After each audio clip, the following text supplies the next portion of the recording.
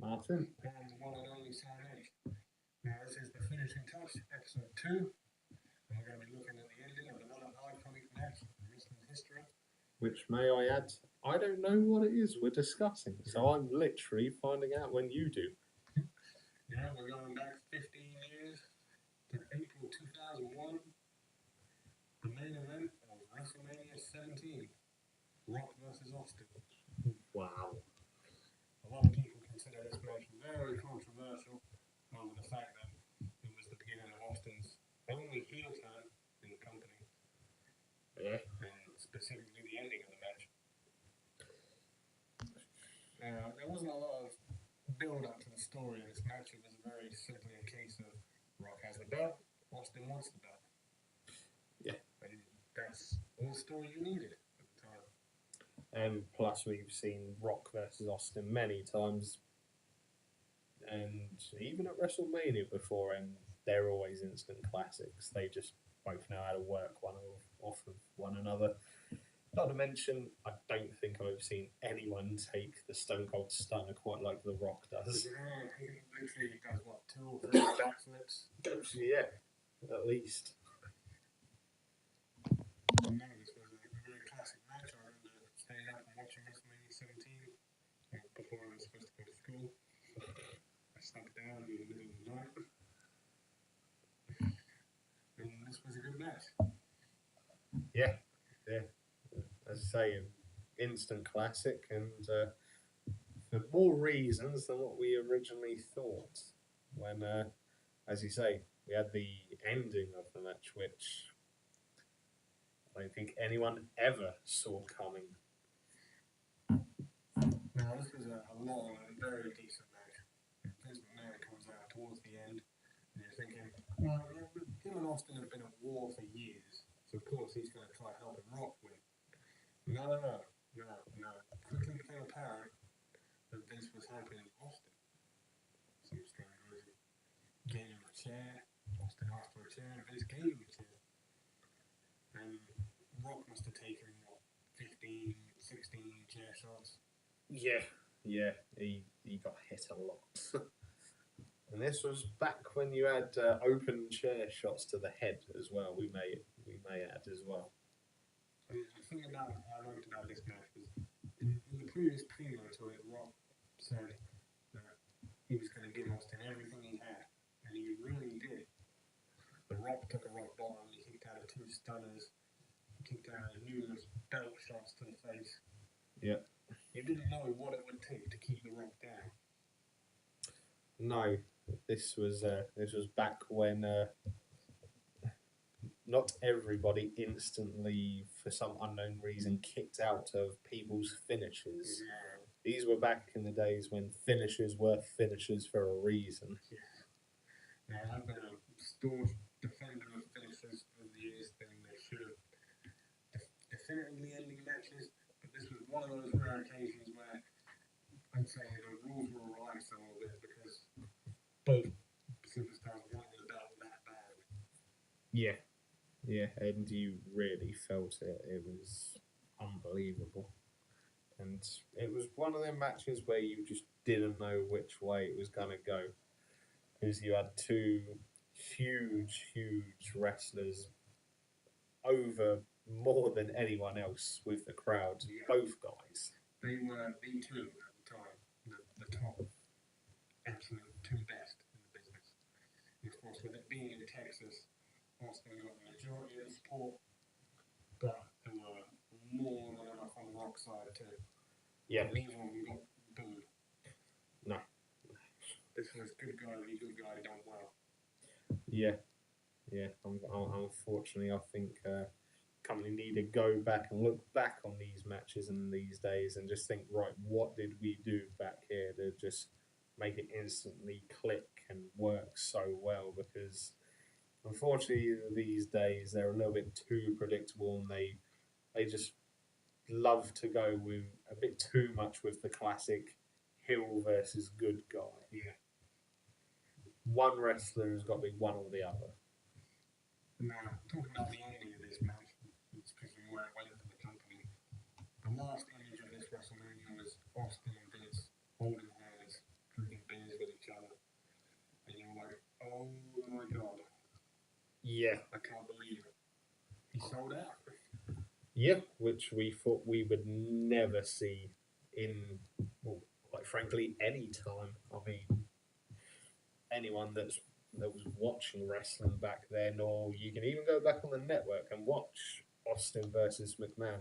It wasn't simply just a rivalry; it was an absolutely brutal beatdown of one another, just literally trying to beat the crap out of one another. It was a complete opposite, two opposite ends of the spectrum. It was a perfect story. Austin, the disgruntled employee, and McMahon is the evil boss. Yeah, I mean, essentially, it's sort of an average Joe's perfect scenario. You've got the douche or idiotic guy in charge, and you just simply don't agree with what he's saying. So, what are you going to do? You just simply start beating him up and give him a stunner or two. This was the very iconic storyline because Austin was pretty much, well, I wouldn't say the people's champion, but at the time he represented the people, or people that had been held down by bosses and managers. Yeah, without a doubt. And now Austin turned heel for the first time, opened up a whole new wave of possibilities. Yeah. And this was Austin's idea. If you've ever watched his DVD, The Stone Cold Steve Austin What, Austin, it was his idea to go heel. I'd just like to say and congratulate you there on stating which Austin DVD it's on, because well, I think he's on 6, isn't he? No, more than that. I think he's on 7 or 8 now. Ooh. But then again, if you're old school fans like us, there's never too much Austin as far as we're concerned. If it was down to us, we'd have a lot more podcasts on the network. Yeah. No, Austin went heel for the first time, and the matches he had over the next few months, he had some stellar classics. Chris Jericho, Kurt Angle, the rematch with Rock in a steel cage. Wow. And any of the stuff when he was in the Alliance. Oh, how can we forget the Alliance when he turned his back on WWE? Yeah, so that was another repercussion. They sort of tried turning Austin back into a good guy when the Alliance was forming, and then they pretty much no, he needs to stay heel. Yeah. And Austin joined the Alliance. Yeah, just further progressing the character that we never thought we'd see. So I think essentially was that sort of the birth of the catchphrase "What?" It was. It started in September that year in his feud with Kurt Angle. Yeah, because the crowd was still very desperate for the old Stone Cold, even though it had been many months by then since we last saw him. Yeah, if you want perfect heel Austin, I recommend watching him and Angle at either SummerSlam 2001 or Unforgiven 2001. Both brilliant matches. At that time, you wanted Austin to lose. Never thought you'd utter them words out your mouth. Because I remember Kurt Angle, his face all bloody, ankle lock on Austin, and he was screaming, tap him. He swore. Gotta keep it PG. Yeah. And all of that was a consequence of WrestleMania 17. Yeah, I mean, it turns, as you said, the guy that represented the people to arguably the most hated guy in the company. I mean, they did sort of tease before that they were going to be splitting a tag team up. We all naturally thought that it was going to be, it must be one of the teams, but ultimately we were a bit naive and we forgot about potentially the biggest and greatest tag team as far as atmosphere and the power of them, Austin and the crowd. Yeah. Austin and the crowd loved Austin. it's still on record that Austin sold the most merchandise of any superstar ever. Yeah. Even more than Cena. Yeah, and it was a very ballsy call, and I wish a few people would make a few more calls like that. At that time, it was the biggest heel turn since Hogan in 1996.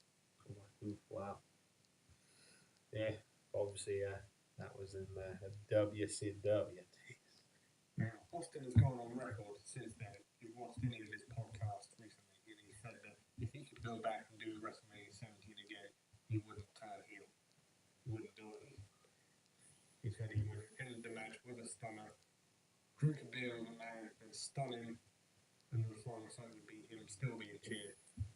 Which we were so used to back in them days, but no, I mean, at the end of the day, I'm glad it happened because it was just such a shock. I mean, I wouldn't say. Well, no, actually, I think I might say it was potentially as big a shock as what we would later feel when the Undertaker's undefeated streak happened. Yeah. It was just one of them things you never saw coming. No, not a mile. I never thought I'd see it coming. That last image of Austin and man shaking hands, having a beer with each other, and JR with his iconic commentary saying Austin sold his soul to the devil himself. Classic JR commentary. Oh my god. Still to this day, one of my favourite WrestleMania matches. Simply because of how much they gave to that match. Yeah. I mean, I know you get the old classics, put it all on the line, leave no regrets and nothing and that, but they truly did in this match. I mean, even now, 15 years on, you could watch that match and you would still be impressed by it. Yeah, it's just one of them iconic ones, just like pretty much any Shawn Michaels match. We're going to a Shawn Michaels match occasionally. The big heartache of picking one. But, like we say, this is the finishing touch, so we want your opinions on it. Was WrestleMania 17 as iconic for you as it was for us? Do you agree with Austin turning heel? Should he stay the face? Do you think it was the right decision in the end? 15 years on.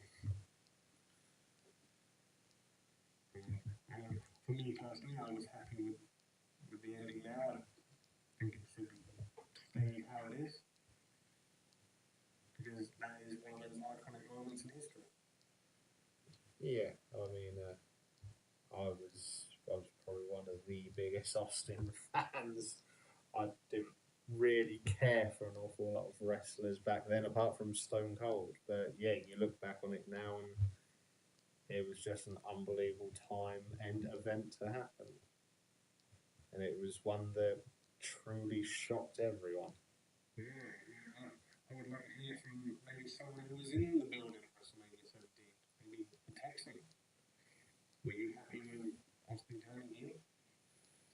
Yeah, and essentially alliancing himself with the devil. I mean, it didn't really last that long. Austin was face again 7 months later. Yeah. Coming into the invasion angle, in fact, I think it was the night after Survivor Series, and Austin had just lost for Team Alliance. Yep. He went back to being face again the night after. Yeah. And I think he was probably the only guy that could have done it. Oh, yeah. Without a doubt. Yeah. I don't think even The Rock could have pulled it off. It's like, Austin's a good guy again, he's not on bad at all. Yeah. Well, I think it got to the point where it had gone on for so long, people were just happy to see, the Stone Cold everyone knew and loved. I mean, I liked that ending to the heel Austin character, because it was McMahon trying to take the belt off of Austin, because he had worked for the Alliance. And Austin was like, no, I'm the champion, I'm still the champion. And it made everything go back to normal when he's facing the devil. Yeah, and as you say, I still believe even to this day, only Austin could have pulled that off. But we will never forget the 7 months that Austin was a heel. and the impact it caused on the wrestling business. Yep. Yeah, it's certainly a time that I'd like to think will never be forgotten as far as the wrestling industry is concerned. This was one of them iconic moments where something turned and changed the path of everything. Definitely an iconic moment in wrestling history. Yeah. So, from your hosts, the Master of the Breakdowners, I've been Martin. and the one and only Sam H. Thanks for tuning in to the finishing touch, and we will see you on the next one.